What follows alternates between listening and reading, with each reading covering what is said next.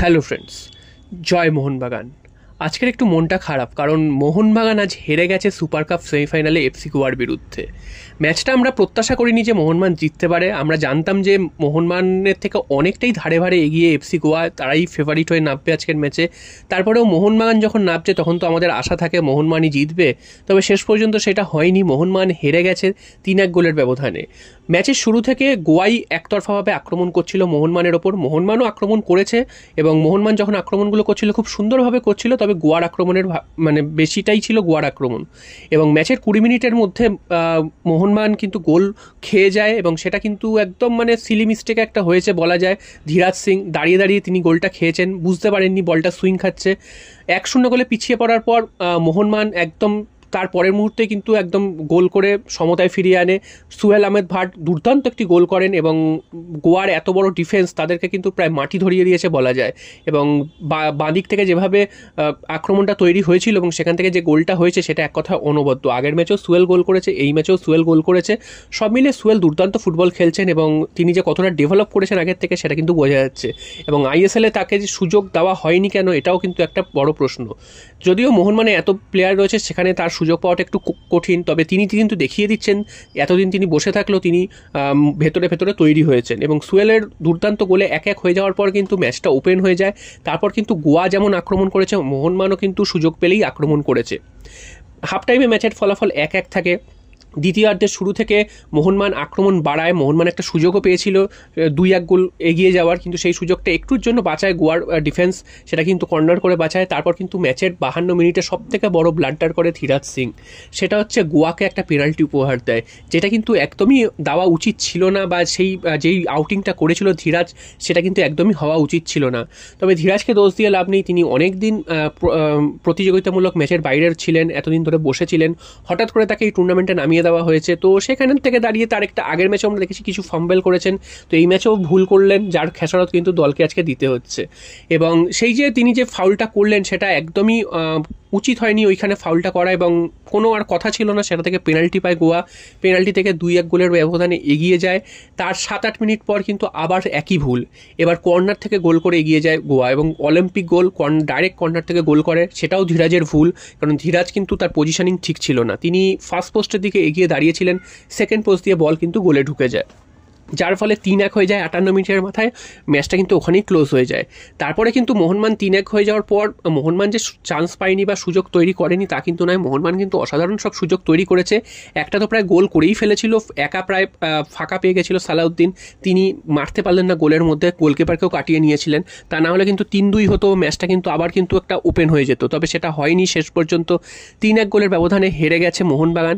এবং এটা কিন্তু যে দল খারাপ খেলেছে তা একদমই নয়, ইন্ডিভিজুয়াল এরর, তার থেকেই কিন্তু এই গোলটা হয়েছে এবং তার জন্য কিন্তু দলের কারুকে দোষারোপ করে লাভ নেই। তারা যে এই দল নিয়ে এত দূর অবধি গেছে এটাই কিন্তু আমাদের অনেক প্রাপ্তি, এবং এখান থেকে কিন্তু আমরা অনেক কিছু দেখতে পেলাম যে আমাদের যারা জুনিয়র প্লেয়াররা রয়েছে তাদের মধ্যে কতটা প্রতিভা রয়েছে, এবং তাদের থেকেও যে আমাদের সিনিয়র দলের প্লেয়ার আসতে পারে সেটা কিন্তু তারা দেখিয়ে দিল। বিশেষ করে বলতে হয় সালাউদ্দিনের কথা, তিনি আজকের ম্যাচেও দুর্দান্ত খেলেছেন এবং তার বল রিসিভিং, তিনি বল নিয়ে যখন দৌড়াচ্ছেন সমস্ত কিছু চোখে লেগেছে। আশিক কুরুনিয়ান, সাহাল আব্দুল সামাদ, এদের কথা আলাদা করে তো বলার কোনো প্রয়োজন নেই, তারা সিনিয়র দলেও খেলেন, এখানে এসেও দুর্দান্ত ফুটবল খেলেছেন এবং গোয়াকে কিন্তু এক একটা সময় কিন্তু তারা নাচিয়ে গেছেন, সেটা কিন্তু বলা যায়। আর নুনো রেইস একটা দুটো ম্যাচ তিনি খেললেন ঠিকই, তবে এই এখনও দাঁড়িয়ে তাকে যে খুব একটা ভালো মনে হয়েছে তা কিন্তু নয়, তবে তিনি যদি আরও খেলতেন এবং মানে সিনিয়র দলের সাথে খেলতেন তখন কিন্তু তার বোঝা যেত তিনি কেমন প্লেয়ার। তো এখনও দাঁড়িয়ে দুটো ম্যাচ দেখে কিন্তু তাকে বিচার করাটা ঠিক হবে না, তবে আজকে কিন্তু তিনিও যথেষ্ট ভালো খেলেছেন এবং তিনি কিন্তু বেশ কিছু বল তিনি ভালো বাড়িয়েছেন, যেগুলো থেকে কিন্তু গোল হতে পারত, এবং ডিফেন্সও কিন্তু যথেষ্ট সাহায্য করেছেন। আর দীপক টাংরির কথা আলাদা করে বলতেই হয়, তিনি সিনিয়র দলেও যেমন দুর্দান্ত খেলেছেন, এইখানে এসেও কিন্তু দুর্দান্ত খেলেছেন। সব মিলিয়ে মোহনবাগান কিন্তু বিদায় নিল এবং মোহনবাগানের সিজন শেষ হয়ে গেল, এই বছরের মতন সিজন শেষ হয়ে গেল, সমস্ত খেলা কিন্তু শেষ, কারণ এরপর কিন্তু এই মরশুমের কোনো খেলা থাকবে না, আবার পরের মরশুমে মোহনবাগান মাঠে নামবে। এখন কিন্তু শুধুই দল বদলের খবর আসবে এবং দেখা যাক শেষ পর্যন্ত দল বদলে কী কী খবর আসে। তবে গতকাল কিন্তু আমরা একটা জানতে পেরেছি যে রবসান রবিনো, তাকে মোহনবাগান সই করিয়ে ফেলেছে। তো এটা নিয়ে বিভিন্ন জায়গায় দ্বিমত রয়েছে, কারণ রবসান রবিনোকে আদৌ সই করানো হয়েছে, যেমন মোহনবাগানের একটি ফ্যান্স ক্লাবের তরফ থেকে জানানো হয়েছে যে রবসান রবিনো তিনি মোহনবাগানে সই করে ফেলেছেন, এটা একদম কনফার্ম। তবে আরও কিছু কিছু জায়গা থেকে জানানো হচ্ছে, বিভিন্ন নিউজ পোর্টাল থেকে, সেখানে জানানো হচ্ছে যে রাফসান রবিনোর সাথে কিন্তু এখনও ডিল কনফার্ম হয়নি। এবং মার্কাস মার্গুলাও তিনি কিন্তু আজকে জানিয়েছেন একটি টুইটের মাধ্যমে যে রাফসান রবিনোর সাথে যে কোনো কথাবার্তা হয়নি সেটা কিন্তু একদমই বলা যাবে না, কথাবার্তা হয়েছে, তবে তার সাথে যে ডিল কনফার্ম হয়েছে তেমনটা কিন্তু বলা যাবে না। তো সব মিলিয়ে কিন্তু একটা দোলাচলের মধ্যে রয়েছে। এবার প্রশ্ন হচ্ছে, যদি ধরেও নেওয়া যায় রাফসান রবিনোকে মোহনবাগান সাইন করিয়েছে, সেক্ষেত্রে মোহনবাগানের জন্য এই ট্রান্সফারটা কতটা এফেক্টিভ হবে? কারণ মোহনবাগানের এ মরশুমে যেসব প্লেয়াররা ছাড়ছেন তাদের মধ্যে 3জন প্লেয়ারকে সম্ভবত ছাড়ছেন, একজন টম এলড্রেড, একজন গ্রেগ স্টুয়ার্ট, এই দুজন তো ছাড়ছেন, পাকা হয়ে গেছে। আর যিনি আরেকজন ছাড়তে পারেন তিনি হচ্ছেন দিমিত্রি পেটাটস। তাকে ছাড়বে কি ছাড়বে না এখনো ম্যানেজমেন্ট সিদ্ধান্ত নেয়নি। এবার প্রশ্ন হচ্ছে, তাহলে এই রাফসান রবিনো কার জায়গায় আসছেন? গতকালও এটা নিয়ে আমি আলোচনা করেছি। তার রাফসান রবিনোকে যদি স্টুয়ার্টের জায়গায় নিয়ে আসা হয় তাহলে কিন্তু মোহনবাগান ম্যানেজমেন্ট একদমই ভুল সিদ্ধান্ত নিচ্ছে, কারণ স্টুয়ার্টের জায়গায় কখনোই রাফসান রবিনো আসে না। তিনি কিন্তু অন্য পজিশনের প্লেয়ার, তিনি লেফট উইংয়ের প্লেয়ার, আর স্টুয়ার্ট ছিলেন একদম সেন্ট্রাল অ্যাটাকিং মিডফিল্ডার, এবং তিনি কিন্তু ডিফেন্স ফালা করে দিয়ে আক্রমণে করতে পছন্দ করতেন। আর রাফসান রবিনো তিনি কিন্তু লেফট উইং দিয়ে আক্রমণ করতে পছন্দ করেন, অনেকটা সোনি নর্ডির মতন ছিল তিনি প্লেয়ার। তো এখন ব্যাপারটা হচ্ছে যে এই প্লেয়ারটিকে নেওয়াটা মোহনবাগানের কতটা যুক্তিসঙ্গত, এটা কিন্তু মানে প্রশ্ন উঠেই যায়, কারণ মোহনবাগানের লেফট উইংয়ে কিন্তু ভারতীয় ফুটবলাররা অনেকেই রয়েছে। এবার হ্যাঁ, মোহনবাগানকে অবশ্যই এএফসি কম্পিটিশনে খেলতে হবে, সেখানে কিন্তু অন্যরকম চ্যালেঞ্জ হবে। তো সেই কথা মাথায় রেখে কি মোহনবাগান সই করাচ্ছে সেটা কিন্তু এখনো বোঝা যাচ্ছে না ম্যানেজমেন্ট কি সিদ্ধান্ত নিতে চলেছেন।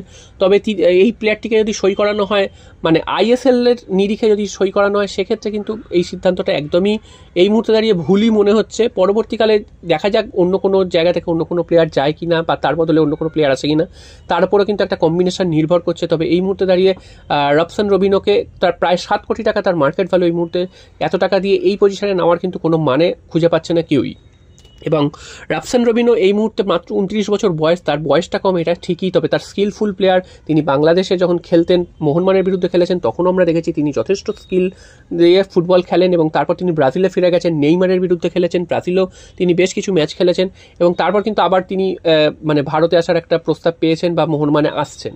তো শেষ পর্যন্ত দেখা যাক এই প্লেয়ারটিকে মোহনবাগান সই করায় কিনা, এবং যদি সই করায় সেক্ষেত্রে কতটা এফেক্টিভ হবে সেটা তো খেলা শুরু হলে বা কোচের কি সিদ্ধান্ত তার উপরই নির্ভর করছে। এবং আমরা অপেক্ষা থাকবো যে এই ব্যাপারে আর যদি কোনো নিউজ উঠে আসে তোমাদের কিন্তু অবশ্যই জানিয়ে দেবো। জয় মোহনবাগান।